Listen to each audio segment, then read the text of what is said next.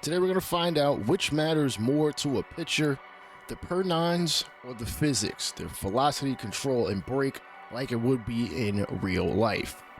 Here's the per nines Dougherty. As you can see, all of his per nines are at 99. Stamina is also at 99.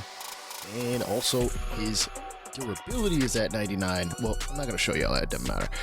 All of his pitches, they're all at the absolute lowest they can be for a cap. And on the other side, physics Dougherty, stamina, durability, control, velocity, and break all at 99, which also means all of his pitches are at 99. You would think that would matter a hell of a lot more in a game that's based on physics, or so they say. We'll see how things play out, both over a single game, over a year, and over a career, depending on how long each player lasts. The tale of the tape between these two individuals is as follows. You've already seen there is an 88-point difference when it comes to per nines Dougherty and CVB Dougherty, which probably tells you everything you need to know, and you probably don't want to watch this any further. But I'd advise you to do so because I found out two things about MLB the Show franchise that I have serious issue with. This is control, velocity, break Dougherty, which you will see on the screen. As we take a look at somebody who's just starting out their career, Mr. Anthony Volpe, for the first 17 years of Alfonso Dougherty's career, and I mean from the time of him starting at the age of 18 till the age of 35, he finally got his MLB debut. 35. Now, if Dougherty wanted to be Satchel Paige, I completely understand, because Satchel Paige didn't start his major league career until he was 42 years old. In that year, he was 74 overall, so clearly you see the AI clearly cares about overall more than anything else when it comes to having guys play at the major league level. 74, 75 overall. He went 10-14 in 188 in the third innings, 128 strikeouts, a 5.35 ERA, and a 1.65 WHIP, and ended the year at a 78 overall. The very next year, he had a spectacular season. He went 11-2. Oh wait, he only had 6 starts, played 37 games, 110 in the third innings, 79 strikeouts, and a 4.08 ERA, 1.46 WHIP. But his overall is going up.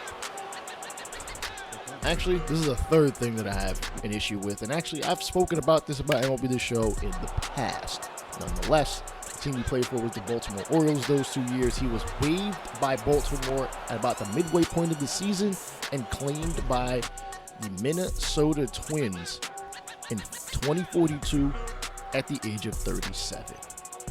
Most guys would be happy with a cup of coffee in the major leagues, even at 27. But at 37, come on, man, you got to move on. But he doesn't. In his age 38 season, he ends up going 10-6. 7 starts, 64 games in which he has pitched 185 innings, which I think is a lot for somebody, even if you started less than 10 games. Like, he's coming out of the bullpen, doing his job, as he had 3 saves, 2 holds, a 4.96 ERA, and a 1.41 WHIP, ending the year off at an 80 overall, which honestly is pretty good and probably bodes to being the type of guy that they're just going to keep pitching even as they get older. Following year, the age 39 season, he was 11-10, 77 games pitched. He did not start at all. 4 saves, 6 holds, 193 in the third innings, which those are practically starter numbers. I feel like that's a little much, but hey. Then again, MLB the Show does tend to have this problem where relievers, especially those sitting in the long reliever spot, end up pitching far too many innings. ERA of a 4.66 and a WHIP of a 1.64, 74 overall ending it. At this point, you kind of start to think it's over, but it isn't. 2045, he ends up in AAA, was sent down to AA on July 5th. Though I see no record of him actually pitching in AA, ends up finishing the year 4-4 with 13 starts in 66 in the third innings with 1.7 with 50 strikeouts and a 5 even ERA. Age 41, starts out in Double-A, goes 8 and 10 in 27 starts. I don't know how he's just magically getting starts out of nowhere. Maybe it's just because he is in minors, so they're affording him more pitching opportunities. 155 and a third innings, a 4.04 ERA, 115 Ks, 1.5 WHIP, and his overall is starting to tank. He is at a 61. And it shows because of the next year he ends up in Double-A. I didn't bother to record the stats at that point. I'm not gonna lie, I kind of got tired of simming and him continuing to play. And the very next year, 2048, age 43, he's a 59 overall. So he's starting to slow down in regression, which is weird. You know, Father Time usually wins out. And in 2049, he ends up retiring. On the other side of the ledger, the per-nines Dougherty, in his rookie year alone, probably has the greatest pitching season of all time, and I mean that. Ended up an all-star, won the Rookie of the Year, was the Cy Young Award winner, and the MVP.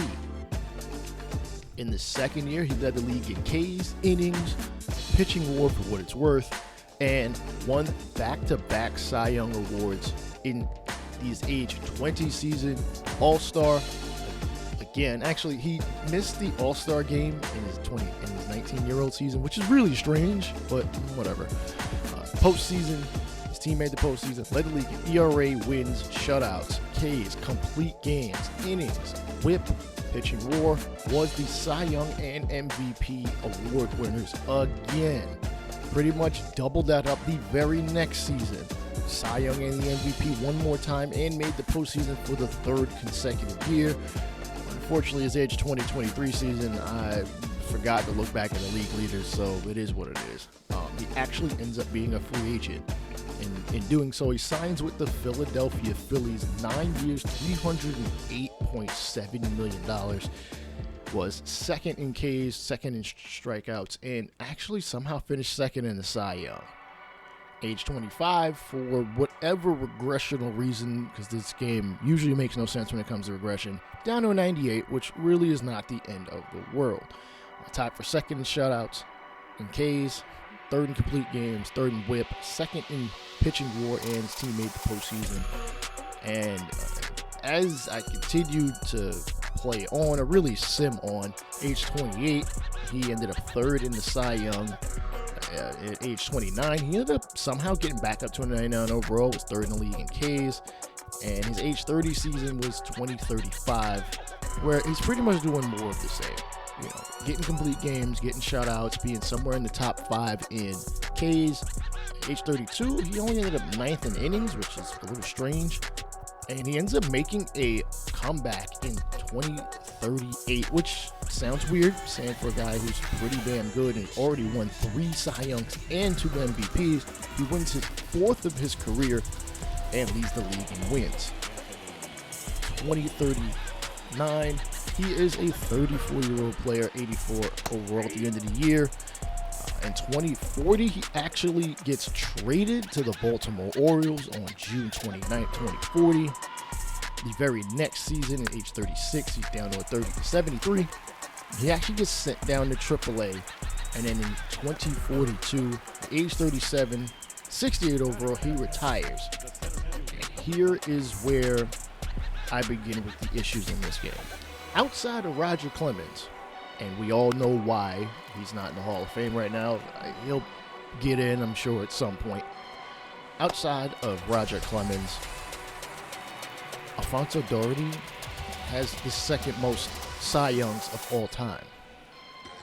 Wait, sorry, nope, I forgot. Randy Johnson at 5, including a ridiculous 4 straight from 98 to 01. Still makes no sense. But, nonetheless, per-nines Dougherty did not make the Hall of Fame at all. In fact, let me read off these numbers to you. He ended up with 249 wins, 193 losses, which, I mean, they don't really care about the losses all that much.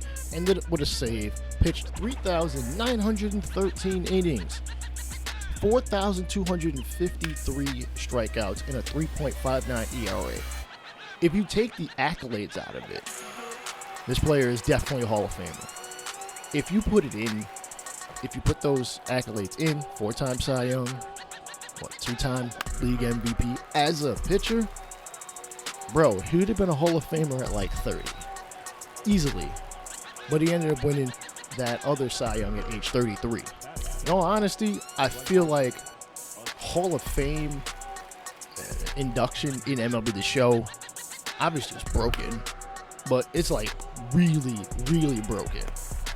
Like, if you sit there and think about it, Justin Verlander, who is 41? He's 40. He'll be 41 next year. 244 wins. Obviously, he is going to be a Hall of Famer. Like, none of the accolades were taken into consideration. And I wouldn't even really say All-Stars matter that much, as it looks like he only had, and I'm referring to the Dougherty, he only made the All-Star team twice. Very strange, but, you know, the game tends to take into consideration literally only the numbers, not exactly a player popularity, which usually the better you are, the more popular you are, the more All-Star votes you are going to get. And unless Verlander really pitches really well over the next, I want to say like 3 or 4 years, and doesn't end up with too many injuries, he's going to be the last 300-game winner we see for a very long time, if ever again, given how teams are pitching their starters.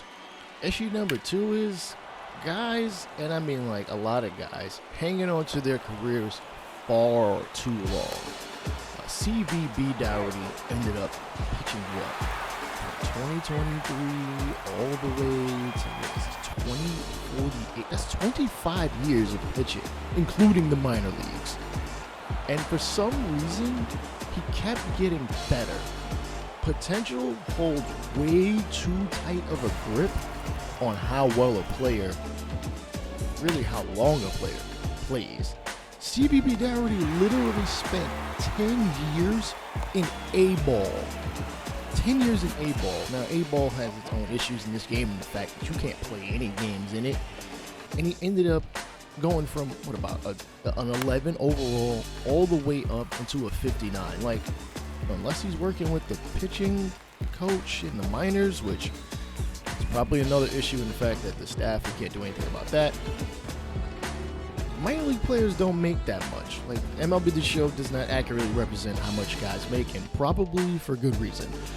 I think Major League Baseball would have a problem really disclosing how much guys make, which ain't much, which is why minor league players are now unionized, or they will be, if not soon, they probably already have. But most guys are going to retire after 10 years of minor league baseball, unless you absolutely love it and your significant other or your money situation is way better than hell mine was at 28. But I'm pretty sure if you take a player, leave them in A-ball for 10 years, they're not going to get 48 overall points better. They're not going to just immediately get better. Now again, unless you are sitting there pitching with a pitching coach, listen, everybody, hell, you and I would get better after 10 years pitching with somebody, even if, you know, you never started out that good. You're going to get better just from repetition. But that's just ridiculous.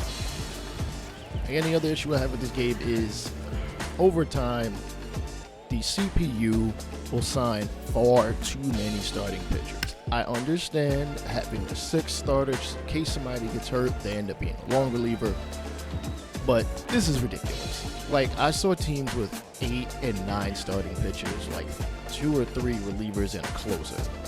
You said you fixed logic. You did none of these things because, well, if we're being real, we should be able to adjust our own bullpen because, listen, the roles are way too stagnant. As it is currently constructed, every single bullpen has 3 long relievers, 4 middle relievers, 2 setup, and a closer. 3, 7, 10 pitchers.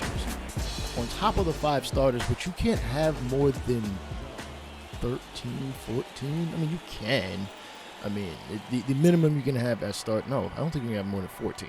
Whatever the number is, we're skirting the line here. If you allowed us to manually change a guy's role, not based on long relief, middle relief, setup, closer, leverage, like they do in Super Mega Baseball, or at least let leverage be a factor in how a pitcher pitches. Some guys pitch better in high leverage situations. Some pitch better when there's not that much pressure on them. Others, It doesn't matter.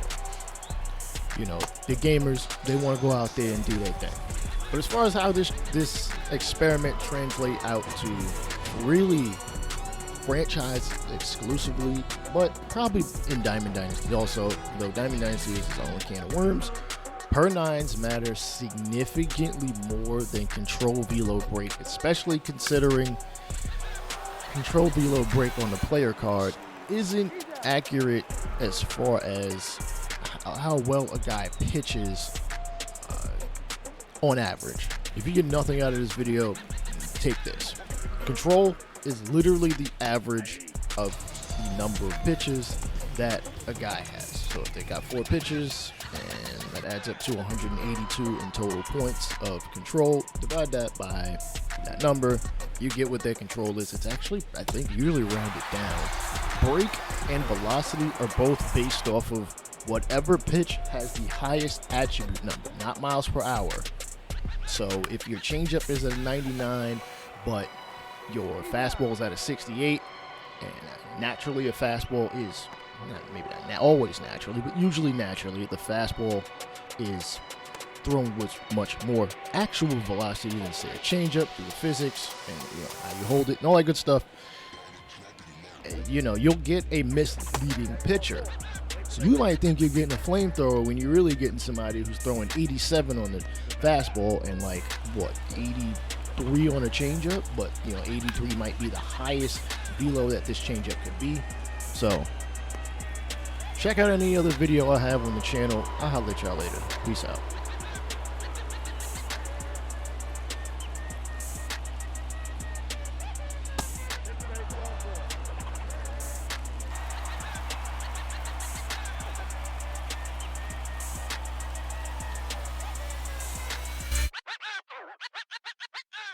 Yeah.